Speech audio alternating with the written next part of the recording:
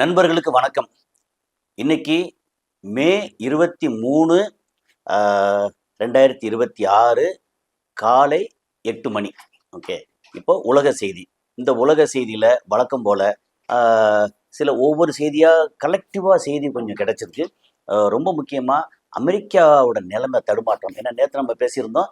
அமெரிக்காவுக்கும், இஸ்ரேலுக்குமான அதாவது Trump and நெதன்யாவுக்கு குடுமிப்பிடி சண்டை. அந்த சண்டை வந்து ஏன் வந்துச்சு என்னங்கிறத கொஞ்சம் டீட்டெயிலாக பேசியிருந்தோம். இன்னும் டீட்டெயில் வந்துக்கிட்டே இருக்கு.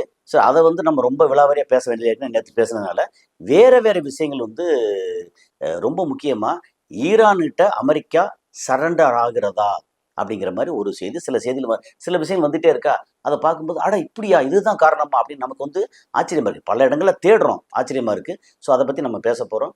நான் கசாலி, கசாலி டிகோட்ஸ். இது உலக செய்திகள், உள்ளூர் அரசியல், சமுதாய கருத்துக்கள் அனைத்தையும் விருப்பு இல்லாமல் முடிந்த அளவு தரவுகளோடு கொடுக்கக்கூடிய ஒரு சேனல். வழக்கம் போல உங்களுடைய ஆதரவு அவசியம் தேவை. லைக் பட்டனை கிளிக் செய்து சப்ஸ்கிரைப் செய்து நீ வந்து நண்பர்களுக்கு பகிர்ந்து உங்களுடைய சப்ஸ்கிரிப்ஷன் தான் நம்மளை வந்து கொஞ்சம் அப்படியே என்ஹான்ஸ் பண்ணும். சப்ஸ்கிரைப் பண்ணுங்க. ஏன்னா சப்ஸ்கிரைப் பண்ணி பெருசாக நிறைய வந்தால் தான் நம்மளோட தேடலுக்கு ஒரு அர்த்தம் இருக்கும் அப்படிங்கிறது தான். இது வந்து வெறுமனே இந்த பணம் சம்பந்தப்பட்ட மேட்டர் மட்டும் இல்லை. நம்ம செய்திகள், நம்ம விஷயங்கள் வந்து வெளிநாட்டு செய்தியாக இருக்கட்டும் அல்லது வெளிநாட்டு செய்தியில் நிறையா வந்து கொஞ்சம் டீட்டெயிலாக வேறு புதுசாக கலெக்ட் பண்ணிகிட்டு இருக்கோம். அப்புறம் உள்ளூர் அரசியல் வந்து நமக்கு என்ன நம்மளை நம்ம அரசியல் படுத்தணும் அப்படிங்கிறக்க சில விஷயங்களை வந்து பண்ணிகிட்ருக்கோம். ஸோ இதை பற்றி நம்ம பேச போகிறோம். ரைட்டு. நம்பர் 1 வந்து ரொம்ப ஸ்ட்ரிக்டாக ஈரான் என்ன சொல்லியிருக்காங்க அப்படின்னா, இந்த என்ரிச்டு யுரேனியம் எங்ககிட்ட தான் இருக்கும், அதை பற்றி பேசவே பேசாதீங்க அப்படின்னு சொல்கிறாங்க. அப்போது சண்டை வேற வழி இல்லை, அவனை போட்டு அட்ரா, கையை முறிடா, கழுத்தை நெறிடா, போடுறா அப்படின்னு சொல்லிட்டு பயங்கர கோபமாக சைனா போகிறதுக்கு முன்னாடி எப்படியும் சைனா தலையை தடவி அவங்ககிட்ட வந்து பெட்ரோல், குரூட் ஆயில் என்கிட்ட வாங்கிக்கோ, நீ வந்து ஈரானை டிபெண்ட் பண்ண வேண்டாம், நான் வந்து ஈரானை வந்து கையை முறுக்க போகிறேன், கழுத்து வெட்ட போகிறேன், இப்படி போகிறேன். அப்படியா? நீங்கள் பாருங்களேன், யார் அமெரிக்காவையே நீங்கள் வந்து இப்படிலாம் பண்ணுவீங்களா? யாரா நான் அமெரிக்காடா அப்படின்னா, ஏய் யாரா நான் ஈரான்டா அப்படின்ற மாதிரி அங்கே மாற்றி மாற்றி அங்கே போய்கிட்டு இருக்கு. அப்போ சைனா தலையை தடவலான்னு போனால் அது வந்து தலைகீழ மாறி போச்சு. அதை பற்றி நான் ஏற்கனவே பேசியிருக்கேன். அங்கே கூட போன சிஓஸ் எல்லாம் வந்து சைனாவை பார்த்து மிரண்டு அவங்க ட்ரீட்மெண்ட்டை பார்த்து ஆஹா அப்படின்னு சொல்லிட்டு, அது இல்லாமல் அங்கே கொடுத்த கிஃப்ட் இருக்குல்ல, ஒரு சாதாரண பூ, அந்த பூவை கூட வந்து எதுவும் கொண்டு வந்துடக்கூடாது, சின்ன சின்ன எதையும் கொண்டு வந்துடக்கூடாது அப்படின்னு எல்லாத்தையும் வழியில் திரும்பி ரிட்டர்ன் போகும்போது ஒரு சின்ன கிஃப்டை கூட அமெரிக்காவுக்கு திரும்பி கொண்டு வந்துடக்கூடாது அப்படின்னு சொல்லி ஸ்ட்ரிக்டாக வந்து அங்கேயே எல்லாத்தையும் க்ளோஸ் பண்ணிட்டாங்க. என்ன காரணமாக நினைக்கிறீங்க அப்படின்னா, சைனா என்ன அளவில் கூட இவங்களை வந்து ஒட்டு கேட்கறதுக்கு அத்தனை வேலையும் பண்ணியிருப்பாங்க. அது வந்து வாஸ்தவம் தான். ஏன்னா சிஏ மூலமாக, மொசாடு மூலமாக நீங்கள் மட்டும்தான் உளவு பார்ப்பீங்களோ? ஏன் சைனாக்காரன் உளவு பார்க்க மாட்டானா? இதே எலக்ட்ரானிக் ஐட்டம் வந்து சைனாக்காரன் டெவலப் பண்ண மாட்டானா? அவன் வந்து எல்லாத்தையும் கடந்து பண்ணி வச்சுருக்கான். அந்த விதத்தில் நம்ம இந்தியா வந்து இன்னும் வேடிக்கை தான் பார்த்துக்கிட்டு இருக்கோம். அது வந்து உண்மையில் நமக்கு வந்து ஒரு பெரிய வருத்தம் தான். நம்ம நாட்டிலையும் அறிவு ரொம்ப இருக்குது, இளைஞர்கள் ரொம்ப இருக்காங்க, வாய்ப்புகள் நிறைய கொட்டி கிடக்கு. அதை சரியாக வகைப்படுத்தலை அப்படின்னு ஒரு வருத்தம் இருக்குது. ஸோ சைனாலேருந்து போன எந்த கிஃப்ட்டும் கொண்டு போகக்கூடாது அப்படின்னு இதெல்லாம் பார்த்துட்டு அங்கே இருக்கிற சிஇஓஸ் அத்தனை பேரும் வந்து மிரண்டு போயிட்டாங்களா. அவங்க கொடுக்குற ஆலோசனை வந்து இன்றைக்கி அமெரிக்கா ஒரு மாதிரி ஆடி போய் கிடக்கு அப்படிங்கிறது. அப்போது ஈரான் என்ன சொல்கிறாங்க, இந்த என்ரிச்மெண்ட்டு, இந்த புண்ணாக்கு, மாட்டுக்கு தவிடு வைக்கிறது, இதெல்லாம் நீங்கள் வந்து பேசாதீங்க. என்ரிச் பண்ண 450 கிலோ யுரேனியம் என்கிட்ட தான் இருக்கும், அதை விட்டுட்டு மற்றதை பேசுவோம் அப்படின்றாங்க. சரி, இப்போ வந்து அடுத்த ஒரு முக்கியமான செய்தி என்ன, அந்த டைமில் என்ன வந்துச்சு அப்படின்னா, நாங்கள் வந்து அடிக்க வந்தோம், ஆனால் Saudi Arabia, Qatar and UAE இந்த ரூலர்ஸ் எல்லாம் வந்து என்கிட்ட கெஞ்சி கேட்டுக்கிட்டாங்க, அதனால் வந்து இப்போ நான் சண்டையை வந்து ஸ்டாப் பண்ணியிருக்கோம் அப்படின்னு சொல்லி அவர் சொன்னார். அதுக்கடையில் வந்து நெத்தன்யாகு, ட்ரம்ப்போட பிரச்சனை, சண்டை, குடிமிப்பிடி சண்டை, நீயா நானா, ஏய் போடா நீ பண்ண உன்னால் தான் நான் கேட்டேன் அப்படிங்க, நீ என்ன சொல்கிறத கேட்காம நீ ஒழுங்கா இஷ்டத்துக்கு பேசினேன் அப்படின்னு இங்கே மாறி மாறி வந்து அவங்க போட்ட சண்டை இருக்குல்ல, தெருக்குழாய் சண்டையை விட மோசமாக சண்டை போட்டிருக்கதா தகவல் வந்திருக்கு. இதை நான் இப்படி சொல்கிறேன் அப்படின்னா என்ன இவ்வளோ அசிங்கப்படுத்துறீங்க அப்படின்னு சொல்ல வேண்டியதில்லை. ஏன்னா அவங்க போட்ட சண்டையோட டீட்டெயிலாக நீங்கள் எடுத்து பாருங்கள். உண்மையிலேயே குடும்பப்பிடி சண்டை தெரு சண்டையை விட மோசமாக இருக்குது அப்படின்னு சொல்கிறாங்க. இந்த சண்டை வந்து உலகத்துக்கு நல்லது. ஓகே, ஈரானுக்கு நல்லதோ யாருக்கு நல்லதோ சைனாவுக்குலாம் தெரியாது, இந்தியாவுக்கும் பெரிய அளவு நல்லது.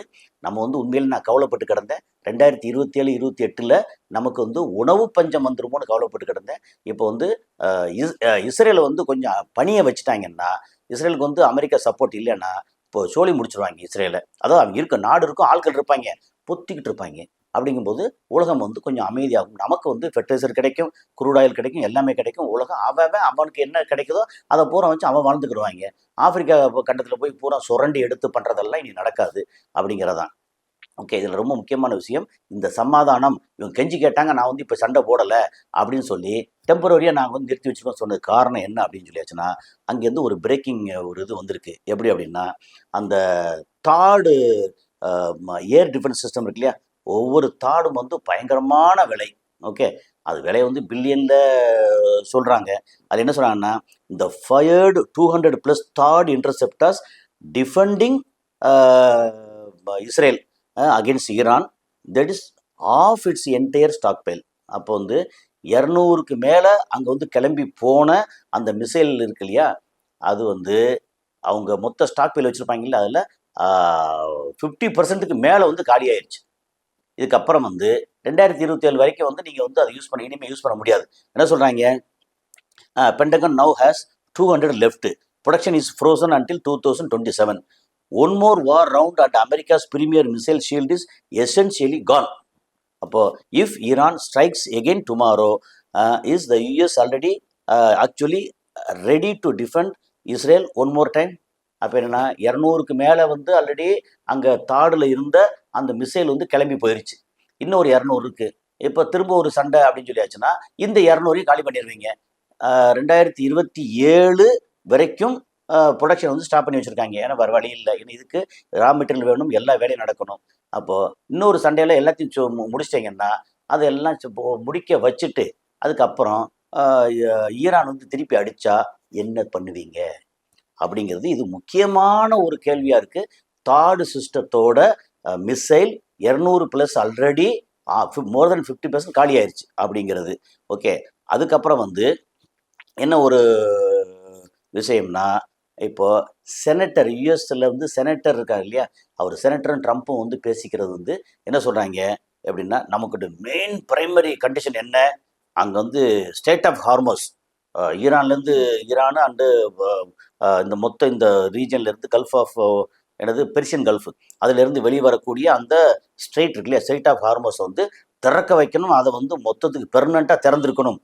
அதுதான் நம்மளுடைய மெயின் மோட்டோ, நம்மளுடைய பிரைமரி இதுதான் நமக்கு வந்து கண்டிஷன் அப்படின்னு சொல்லி அமெரிக்கா சொன்ன உடனே யூஎஸ் செனட்டர் என்ன சொல்கிறாங்க, அது 40 வருஷமாக திறந்தானே இருந்துச்சு, நீ போய் கை வச்சு பிரச்சனை பண்ணதுக்கப்புறம் தான் மூடினாங்க, திறந்திருந்ததை மூட வச்சு திரும்ப திறக்கணுங்கிறதா உங்களுடைய சாமர்த்தியமா அப்படின்னு சொல்லி அவங்க கேட்ட கேள்வி இருக்கு இல்லையா.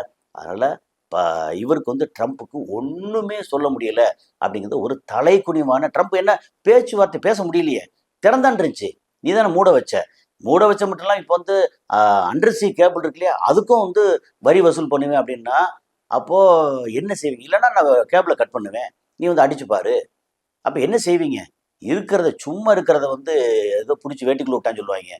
அது மாதிரி சும்மா சாதாரண மருந்தை போட்டு எவனோ ஒருத்தன் நெதன்யாகு அப்படின்ற ஒருத்தன் சொன்னாங்கிறதுக்காக வந்து தட்டாப்புடான்னு அடித்து கடைசியில் ஒன்றுமில்லாமல் ஆகி மொத்த அமெரிக்கா இப்போ வீணாக போச்சா, கிட்டத்தட்ட வீணாக போச்சு. அப்போ என்ன செய்ய போகிற, டி டாலரைசேஷன் ஆயிடுச்சு, ஓன் சொல்ல யாருமே கேட்கறதில்ல, ஓ நாட்டிலையும் கேட்கறதில்ல அப்படிங்கிறது. அப்புறம் வந்து இது என்ன சொல்லியிருக்காங்கன்னா, இப்போ ஈரான் வந்து ஒரு ஸ்டேட்மெண்ட் கொடுத்துருக்காங்க, ஒரு 30க்கும் மேற்பட்ட கப்பல்கள் ஓகே அங்கேருந்து கிளம்பி ஹர்மூஸ் வழியை இவங்களை கடந்து நாங்கள் போய்கிட்டு இருக்கோம், எங்களை தடுக்கிறதுக்கு யாரும் இல்லை. என்ன சொல்கிறாங்க, 30 ships are coordinating with Iran's Revolutionary Guards Navy to transit the Strait of Hormuz tonight. இப்போது அவங்க வந்து இன்னைக்கு நேற்று சொன்னது, அப்போது நேற்று வந்து கிளம்பி ஹர்மோஸ் வழியே அங்கேருந்து வெளியில் போகுது. According to Iran's state broadcaster, ship owners and captain have been in direct contact with the IRGC since last night to arrange passage along Iran's designated route. ஏன்னா ஈரான் வந்து சொன்ன பாதையில் மட்டும்தான் கரெக்டாக அந்த 30 கப்பலும் வந்து ஒரு போகுது. காரணம், தள்ளிக்கிள்ளி போச்சுன்னா அங்கே வந்து கன்னி வெடி இருந்துச்சுன்னா என்ன செய்வீங்க அப்படிங்கிறனால அந்த மாதிரி போய்கிட்டு இருக்கு. அப்புறம் why it matters, this is the clearest signal yet of who is functionally controlling the state. இது வந்து ரொம்ப முக்கியமாக சொல்ல காரணம், டெய்லி வந்து எங்கள் கப்பல் வந்து போகுது, சைனாவுக்கு போகுதுலாம் ஓகே, அது சொல்லுது. இன்னைக்கு நைட்டு எங்கள் கப்பல் ஒரு 30 கப்பல் போகுது. ஐஆர்ஜிசி நேவியில் வந்து அவன் என்ன சொன்னாங்களோ அவங்களோட ரூட்டில் போகுது. அப்போ இதுலேருந்து தெரிஞ்சுக்கங்க, இந்த ஸ்டேட் ஆஃப் ஹார்மோஸ் யார் கண்ட்ரோலில் இருக்குது? ஈரான் கண்ட்ரோலில் இருக்குது அப்படிங்கிறதுக்கான ஒரு சாட்சியாக அவங்க வந்து இதை கொண்டு வர்றாங்க. அப்புறம் ஒரு போகிற போக்கில் இடையில சினிமா பார்த்தோம்னா இடையில வந்து காமெடி சீனில் வரும் இல்லையா, அதே மாதிரி ஒரு காமெடி யார் பண்ணுவா? உலக அரசியலில் ரொம்ப கிறுக்குத்தனமாக காமெடி யார் பண்ணுவா? கிறுக்குத்தனமான்னு சொன்னோடனே யார் பண்ணுவான்னு உங்களுக்கு தெரிஞ்சிருச்சு. ஓகே, இது வந்து நம்ம நத்திங் பட் ட்ரம்ப் என்ன சொல்கிறார் வந்து, இஸ்ரேலில் யூதர்கள் மத்தியில் எனக்கு 99% ஆதரவு இருக்குது. எனக்கு நான் அடுத்த எலெக்ஷனில் நின்று அப்படின்னா நான் அதிபராயிருவேன். இது என்ன விதமாக சொல்கிறது? நெதன்யாகு வந்து முதுகில் குத்துற மாதிரியா, ஓங்கி அடிக்கிற மாதிரியா? நெதன்யாகு என்னையா அது அங்கே கடிச்சு இங்கே கடிச்சு கடைசியில் வந்து என்னையும் கடிக்க வந்துட்டேன்.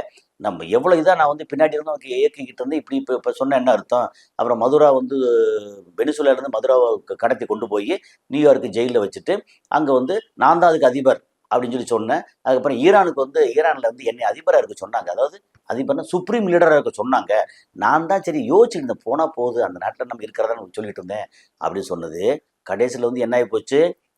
இஸ்ரேலில் வந்து 99% எனக்கு ஆதரவு இருக்குது, அடுத்த தேர்தலில் நின்னேன்னா நான் தான் லீடர் அப்படின்னு நெதன்யாவுக்கு வயிற்றுல புளியை கரைச்சிருக்காரு. ஏற்கனவே வயிற்றுல வந்து கேன்சர் போல இருக்குது, அதில் புளியை வேறு கரைச்சா என்னத்துக்காகும்? அவ்வளோதான், சோழி முடியுதுன்னு அர்த்தம். அதுக்கப்புறம் வந்து நம்ம இவர் மார்க்கோ ரூபியோ என்ன சொல்கிறார் வந்து, இந்த பாகிஸ்தான் இதெல்லாம் ரொம்ப ட்ரை பண்ணி ஈரானோட கோஆர்டினேட் பண்ணுறதுக்கு ட்ரை பண்ணுறாங்க, அதனால் கொஞ்சம் வெயிட் பண்ணுங்கள், சண்டையெல்லாம் வந்து போடுறதுக்கு நாங்கள் விரும்பலை அப்படின்னா, அடிபட்டு கிடந்து வந்து நாங்கள் வந்து சண்டை போட விருப்பம் இல்லை அப்படின்னா, பட்ட அடி சும்மாவா கொஞ்சமா? மார்க்கோ ரூபியோ அது வந்து சொல்லியிருக்கிறாரு. சரி, இப்போ வந்து என்ன சொல்கிறாங்கன்னா, கிரீன்லேண்டில் அமெரிக்கா தூதரகத்தில் அமெரிக்காவுக்கு எதிராக பெரிய கூட்டம் கூட்டிட்டு, பெரிய கூட்டம்னு அங்கே இருக்கிற மக்கள்கிட்ட ரொம்ப ரொம்ப குறைவு, அந்த மக்கள் தொகையெல்லாம் மொத்தமாக சேர்ந்துருப்பாங்க போல இருக்குது. அங்கே சேர்ந்து கூட்டம் கூடி, உங்களால் தான் நான் கெட்டோம், முதல்ல வந்து இதெல்லாம் உங்களுக்கு போட்டு வெளியேற வழியை பாரு அப்படின்னு சொல்லி பயங்கரமாக வந்து ப்ரொட்டஸ்ட் பண்ணியிருக்காங்க, பயங்கர கூட்டம் கூடியிருக்காங்க. சரி, இதோடு சேர்த்து நமக்கு வந்து உலக செய்திகளில் இந்தியாவும் உலகத்துக்குள்ளே தானே இருக்குது, அதில் வந்து ஒரு முக்கியமான செய்தி வந்து லேசாக கோடிட்டு காமிச்சு, முன்னாடி சொல்லியிருக்கோம் லேசாக, அதை இன்னும் கொஞ்சம் எக்ஸ்ட்ரா சொல்லுவோம். இது வந்து சிஜேபி, நீங்கள் பிஜேபி தெரியும், சிஜேபி கேள்விப்பட்டிருப்பீங்க. இப்போ எங்கே பார்த்தாலும் சிஜேபி, கரப்பாம்பூச்சி பார்க்குற இடம் பூரா கரப்பாம்பூச்சி தான். எவ்வளோ அடித்தாலும் எவ்வளோ பண்ணாலும் உலகத்தின் கடைசி உயிரினமாக, அதாவது மொத்த உலகமே அழிஞ்சா கூட கடைசியாக அழியக்கூடிய அல்லது அழியாமல் தப்பிக்கக்கூடிய ஒரு உயிரினமாக இருக்க போகிறது கரப்பாம்பூச்சி மட்டும்தான்.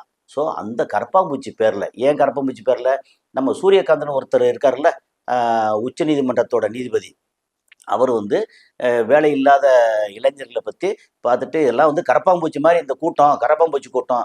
அப்போ என்ன திமிரு தெனாவட்டு இருந்தால், இது வந்து நான் வந்து நீதிபதி சொன்ன வெர்ஷனை நான் வந்து இது பண்ணார். நீதிபதிங்கிற தனி மனிதர், அவர் உதுத்த முத்து இருக்குல்லையே, வார்த்தை இருக்குல்லையே, அதுக்காக நான் சொல்கிறேன். உங்களுக்கு வந்து என்ன திமிரு தெனாவட்டு இருந்தால், உங்களுக்கு சாதாரண இளைஞர்களுக்கு, படித்த இளைஞர்களுக்கு வேலை கொடுக்க முடியலை இந்த அரசால். வருஷத்துக்கு 2 கோடி பேருக்கு வேலை கொடுப்பேன்னு சொல்லி என்னாச்சு, 12 வருஷம் ஆச்சு.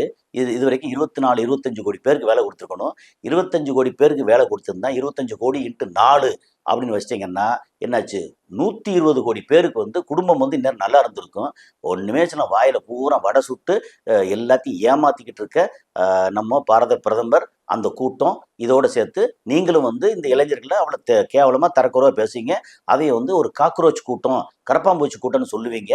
அப்போ என்ன பண்ணாங்க, கரப்பாம்பூச்சியா அப்படின்னா, அந்த இவர் வந்து அவர் ஒரு 30 வயசுக்காரர் ஒருத்தர் என்ன பண்ணிட்டாரு, இப்படியா நீ பண்ணுற ஒரு ஸ்ட்ராட்டஜிஸ்ட்டு, அவர் என்ன பண்ணிட்டாரு, ஆஹா இது வந்து பயங்கரமான, நீங்கள் வந்து சொல்கிறீங்களா, நான் என்ன பண்ணுறேன் பார். அவர் வந்து யார் அப்படின்னா, அபிஜித் திப்கே அப்படின்னு ஒருத்தர். ஓகே, அவர் வந்து நீ கரப்பாம்பூச்சி தானே சொன்னேன், அந்த கரப்பாம்பூச்சியை வச்சே, ஓகே, அவர் வந்து is the 30 years old political communication strategist. Okay, அதில் வந்து முன்னாடி ஆம் ஆத்மி பார்ட்டியில் டிஜிட்டல் கேம்பெயின் வாலண்டரியாக இருந்தவர். ஓகே, அவர் வந்து என்ன, அபிஜித் திப்கே அப்படிங்கிறவர். ஓகே, ஸோ இப்போ வந்து கரப்பாம்பூச்சி என்ன, cockroach Janata party, Bharatiya Janata party. நம்ம தமிழில் எழுதும்போது என்ன செய்வோம், வந்து பாரதிய அப்படின்னு தனியாக அப்பாசபிக்கமாக போட்டு ஜனதா பார்ட்டி, ஜனதா கட்சி அப்படின்னு எழுதுவோம். அதாவது நம்ம இல்லை, ஜெனரலாக வந்து பிடிக்காதவங்க எழுதுறது.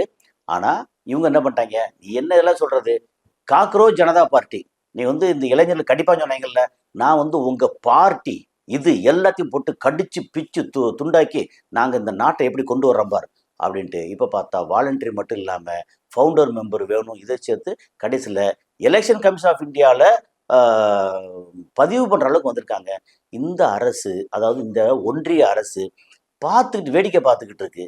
இதுக்கு பின்னாடி யார் இருக்கா அப்படிங்கிற டீட்டெயிலோட அடுத்து ஒரு பெரிய அளவுக்கான விவரங்களோட, அதாவது எக்ஸ்க்ளூசிவாக சிஜேபி, காக்ரோச் ஜனதா பார்ட்டி, கரப்பாம்பூச்சி ஜனதா கட்சி அப்படின்ற இந்த கட்சியை பற்றின டீட்டெயில் அது வந்து நம்ம அடுத்த எக்ஸ்க்ளூசிவாக ஒரு காணொலியில் சொல்லுவோம்.